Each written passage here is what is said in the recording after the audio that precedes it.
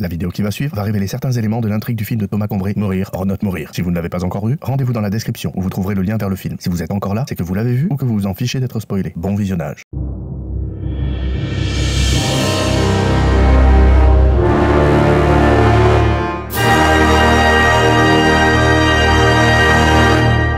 Bonjour, aujourd'hui je vais vous expliquer en détail comment je m'y suis pris pour décapiter le personnage d'Anaïs Cavé, Mathilde, dans le film de Thomas Combré, Mourir or not mourir. Là, on est sur un effet spécial qui m'a demandé pas mal de temps de travail, puisqu'on mélange des techniques de 3D, de simulation de fluide, de tracking, de photogrammétrie, et évidemment de compositing et d'ajout de footage de sang et autres pour avoir l'effet final recherché. C'est donc très probablement un des FX qui m'a pris le plus de temps à faire avec celui de l'épisode 4 sur le ptérodactyle. En effet, pour éviter tout risque de blessure, mais comme vous le verrez dans les footages, la scène a été tournée avec une fausse pelle qui a été créée par l'équipe décor, où il n'y avait donc pas tout le corps de la pelle, il n'y avait qu'une espèce de drap vert avec des points de trac, mais ça c'était évidemment pour éviter tout risque de blessure à la comédienne, et il a fallu donc recréer intégralement une pelle qu'il a fallu remettre virtuellement dans les mains du personnage de Thomas. C'était beaucoup de travail, mais je vous laisse avec les explications plus détaillées.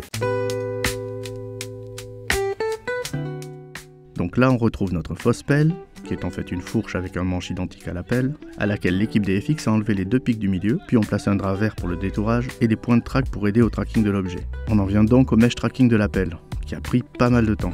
Alors, un petit avantage, c'est que la caméra est fixe pour ce plan. Du moins au début. Donc ça c'est plutôt un bon point qui facilite le tracking. En revanche, le chef op, celui qui s'occupe de la lumière sur le plateau, a eu la bonne idée de faire clignoter une lumière pour ajouter de l'ambiance à la scène. Et cette lumière clignotante a été une vraie plaie pour le tracking de la pelle, puisqu'elle faisait planter le logiciel de tracking qui ne pouvait plus voir les pixels à traquer. J'ai donc été obligé de faire pas mal de corrections manuelles pour avoir un tracking clean de la pelle. Ça a vraiment été une tannée. Donc, note pour plus tard, toujours vérifier avec le chef op ce qu'il compte faire, parce que ça m'aurait évité pas mal de complications si on avait fait ce clignotement en post-prod. Ensuite, j'ai dû m'assurer de créer une texture réaliste pour la pelle et cohérente avec la vraie pelle envoyée en référence par photo. Et donc j'ai dû rajouter toutes les petites imperfections, les traces d'usure et de crasse pour la rendre le plus réaliste possible afin que personne ne soupçonne que la pelle a été faite en 3D. Vient ensuite l'étape de rotoscoping pour détourer les mains d'Anaïs. Alors le drap vert a un peu aidé à certains moments, mais au final j'ai quand même dû recourir à du rotoscoping manuel pour avoir un détourage bien propre. Et également pour les parties qui n'étaient pas derrière le fond vert, comme le visage d'Anaïs ou la main de Thomas sur le manche de la pelle.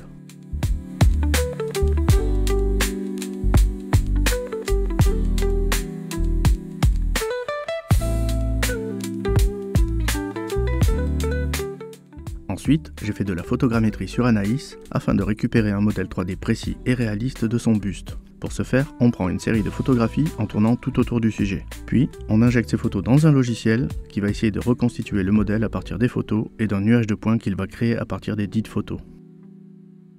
Ce modèle 3D va me servir pour deux choses principalement. Tout d'abord, comme objet de collision pour que les fluides de ma simulation se collent dessus et coulent dessus comme ils le feraient sur un vrai corps. Mais dans un deuxième temps, cette tête en 3D va également me servir pour les réflexions dans la pelle, puisqu'il faut que le corps brillant de la pelle reflète Anaïs, vue de dessous, au moment où elle se rapproche d'elle.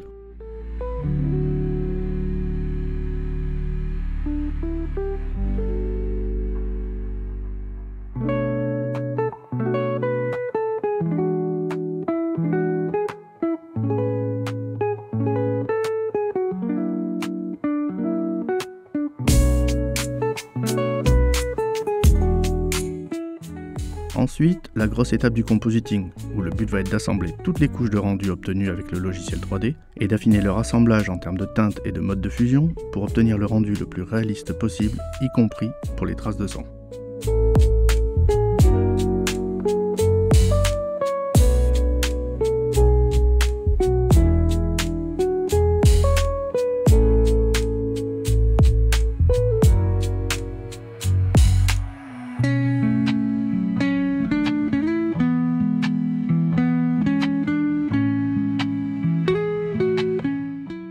Puis, j'ai également utilisé quelques footages de giclées de sang au moment de l'impact de la pelle pour améliorer le résultat obtenu avec la simulation de fluide, ainsi que la grosse flaque de sang qui coule sous sa tête. Et voilà le résultat final. Bah quoi, je croyais que tu voulais jouer, vas-y joue.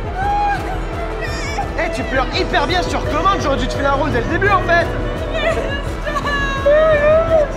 Putain, la meuf, tu lui files enfin un rôle et elle chiale. Allez, adieu Mathilde.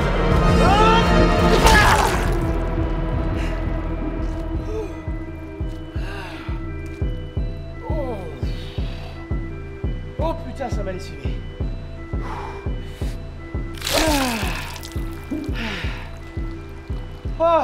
Voilà qui conclut ce 14e et dernier épisode des VFX de Mourir or Not Mourir, et qui clôture définitivement cette longue série d'épisodes de VFX sur le film Mourir or Not Mourir. Il y a encore pas mal de VFX que j'ai fait par le passé pour Thomas dans le cadre de courts-métrages ou d'autres sketchs, mais que je ne vous ai pas présenté ici, mais vous pourrez les retrouver dans leur intégralité, en tout cas pour la plupart, sur la chaîne de Thomas, dans les divers courts-métrages et autres sketchs qu'il a pu réaliser par le passé. Pour ma part, je vais reprendre le cours normal de cette chaîne, avec des vidéos traitant de sculpture, de peinture et de Lego, mais il n'est pas impossible qu'à l'avenir je refasse ce genre de vidéos pour présenter des effets spéciaux et autres réalisations que j'aurais pu faire dans le cadre de mon métier courant, qui est celui d'artiste 3D. N'hésitez pas à me donner votre avis dans les commentaires et à mettre un pouce bleu si toute cette série de vidéos vous a plu. Pensez à partager ces vidéos autour de vous et à vous abonner à la chaîne. À bientôt sur Benscraft.